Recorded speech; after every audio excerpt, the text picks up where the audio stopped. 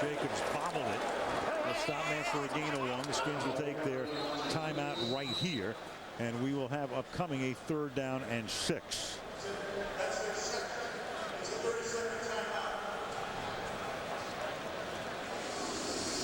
Funny game, John, in the sense, the way the Giants started out. That first drive and then the second drive looked good before it bogged down, and I thought we'd have a big rout on our hands. And instead, even though the Redskins are trying to get back into the game, I mean, the Giants have always had control of it. Yeah, the Redskins offense just never did get any rhythm going.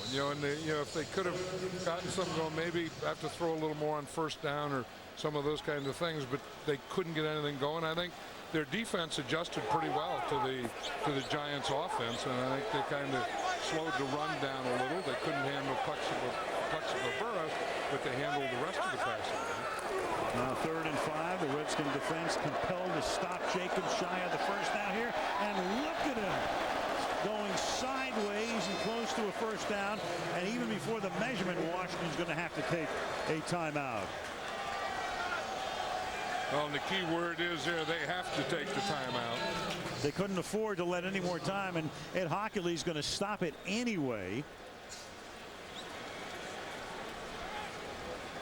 to measure. Look at what he does to a pile, though. I mean, he just puts his head down and just keeps his feet going, and he's so big and strong, and as long as he keeps those feet going and those legs moving, he's picking up 4 or 5 yards after he hit the initial pile.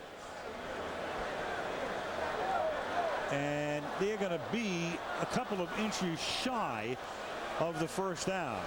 And I think you still have to punt it. I mean, it's easy, say it's only a couple inches, but I think in this situation, you have to punt the ball. You do, because otherwise you're giving them the ball in a situation where if they get one first down and kick a field goal and then recover an onside kick, they still have a good chance or a decent chance to win the game.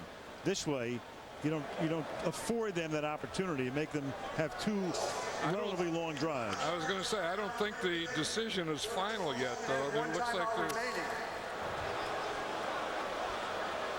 Well, it's interesting. Washington, because of the measurement, is not charged, and that is in the rule, as Tom Coughlin now is exercised over this. Washington has elected to use their final timeout. It's a 30-second timeout. They use it here. In other words, if you call a timeout before a measurement, you can get that back if they call a timeout for a measurement, which they did. But then when the measurement went in Washington's favor, which it did, they would wind the clock here the minute the ball is ready for play. So Washington still must use its timeout. Right, so they had to use that, but they'll pick up another one here at change of possession. Once they return this punt, the clock will stop again because of change of possession. Right. And then they have to again get the ball, get it in field goal range, kick a field goal in an onside kick and so on. That's how they're still in this game. Without a timeout.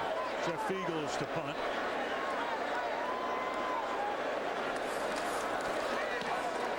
And he'll angle that one toward the far side, and it's a very short kick. And that will be spotted at the 33-yard line. So the Redskins without a timeout in a 2-possession game, needing a field goal and a touchdown. Yeah, I think somewhere, I mean, it's awfully late, and I've been thinking this, for the last quarter, but somewhere you have to get Chris Cooley involved in this. I mean, he's your big guy. He's a star player in this league, and he's caught like 1 pass for 7 yards. Exactly 1. And I mean, I thought this in the last drive. You have to, find something for Cooley because. He should be a go-to guy in these kinds of situations. They have him split out here now. Split wide to the right. Dockery is on him. Campbell's looking the other way. Campbell throwing to the outside. It's caught by Randall L. And Randall L will get out of bounds after a gain of 9 up to the 42-yard line. That's one of the problems with this West Coast pass offense is when you get down and you're against the clock, you don't have a lot of deep passing. Everything is kind of, quick rhythm, get the ball out of your hands, get it to your receiver, let him run. But at some point, you have to chuck it deep. For the most part, their West Coast has gone south tonight. 2nd and 1. Up the field he goes. That is caught in Giant territory by Moss. No timeouts. They got to get up Either spike the ball or run it without a huddle. A minute and 11, a minute 10 and ticking down. Campbell comes up in the shotgun from the 47-yard line.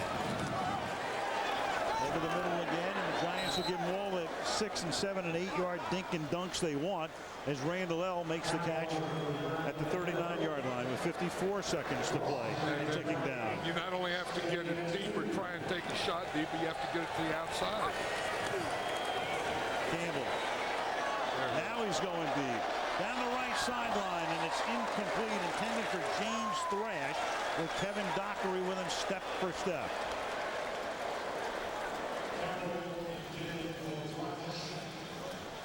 Thrash, 12th year in the league, their number 3 receiver. Right, and if that's a guy that you want to go after, it's Kevin Dockery. Is you want to get that jump ball. Kevin Dockery is only 5'8". So if you could get a deep ball and get a jump ball, you ought to win it against him in that situation. 3rd down and 2 from the 40-yard line. Campbell. And that pass is thrown out of bounds. So it'll be 4th down. And they're down to having to at least get the 1st down to have any sort of a chance. Thrash, the intended receiver there. That would have been a 1st down, obviously, but he threw it on the chalk.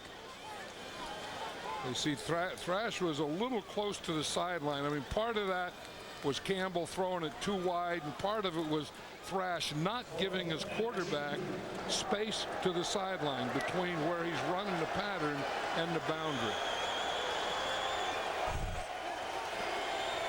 4th and 2.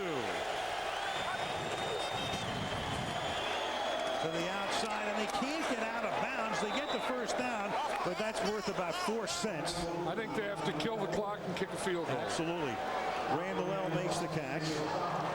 Kill the clock, kick a field goal, then get an onside kick, and even here, they're taking too much time. That was an extra like 4 or 5 seconds before it was even spiked.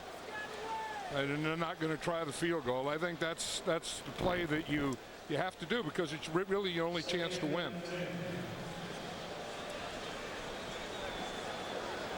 Well, John, as a former coach, you go back to camp this next week, and you do work on the hurry up, don't you? Oh yeah, they have to. I mean, they have to spend time on that. They have to get their passing game in a rhythm. You have to work on your 2-minute, your no huddle. You have to work on your 4-minute. You have to work on all those situations. 2nd down and 10 from the 32-yard line. Going to the end zone. And it is incomplete, intended for Moss. Double coverage on the play as Corey Webster got back there to get a hand on it.